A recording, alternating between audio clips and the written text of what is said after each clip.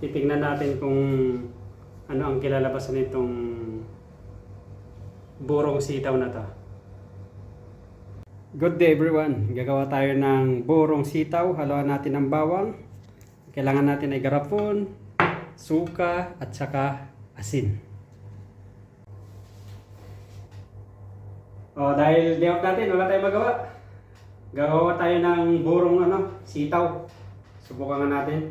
Haluan natin ng bawang. Of course, garapon kung saan natin nilagay. Asin at saka suka. So, prepare ko na to para nilinis ko na, drinay ko para walang tubig. Subukan nga natin kasi may nakita ako, pwede pala. Lagay natin sa loob to. Okay. Tapos yung bawang, lang natin, isingit-singit natin. Wala kasi tayong magawa eh. Pampatanggal ng boring, homesick. Kasi tulad sabi ko, day off natin ngayon. At sana titingnan natin yung kalabasan kung pwede bang iburo itong sitaw.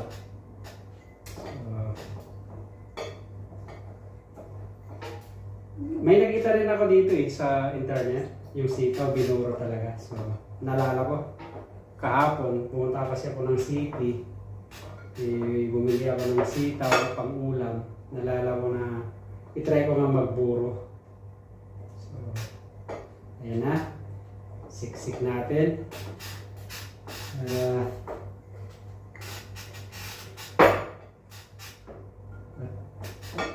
Sana maganda ang kalabasan nito. Buburo natin to. Tapos saka natin lalagyan ng sa suka para yan ang magiging fermentation.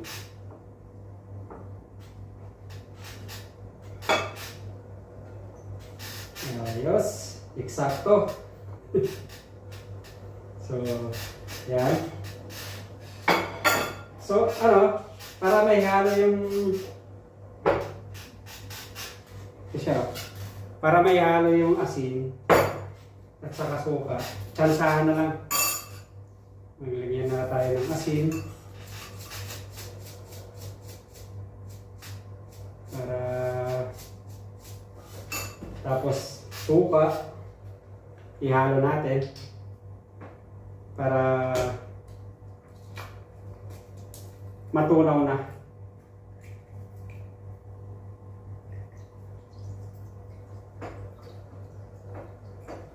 Sana lang yung asin na na nilagay ko.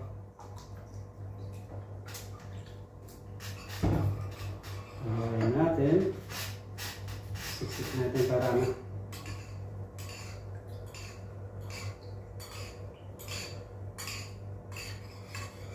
mga natin baka sobra naman ng alat. Sana lang.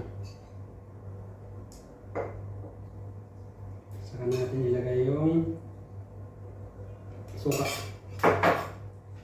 Kulang pa. So, dagdagan pa natin konti. Kunti lang. Baka masobrahan. Sayang eh. Ang mahal ng dito. Philippine foods.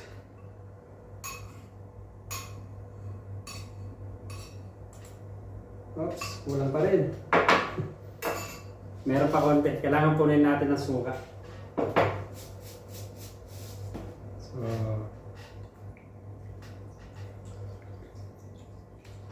siguro mga ilang araw, titignan natin kung anong kalabasan dito bago tayo kakain. Muro muna tayo.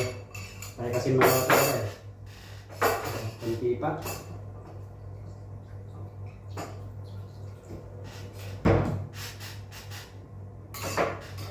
So, ayun. Konting-konti pa. Hindi. Pwede na siguro. Maganda kasi yung punong-puno eh. Lagyan natin ng asin. Konti sa taas. Okay na siya. So puno siya ng suka. Titignan natin yung kalakasan. Takpan na natin. Yeah. Para bago tayo kakain. Ulam naman natin ay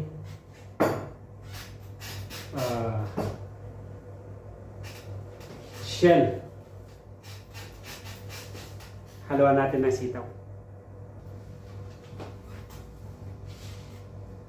At susulatan natin. Ngayon ay August 27, 10:30 in the morning na. Day off kasi natin. Katatapos natin maglaba, maligo na rin at nagluluto para kakain na tayo. So, August 27.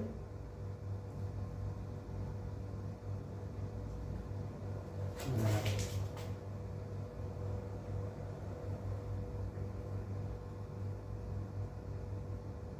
2024 at 10:30 p.m. Tingnan natin mga ilang araw. Sana lang at least burong sitaw.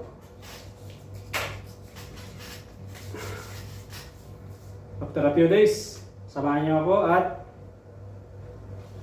titingnan natin kung ano ang kilalabasan nitong burong sitaw na to.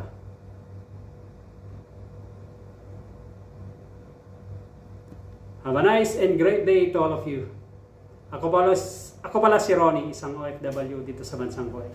Please support my channel. Like, share, and subscribe. Maraming salamat. Kita-kits sa susunod kong mga videos.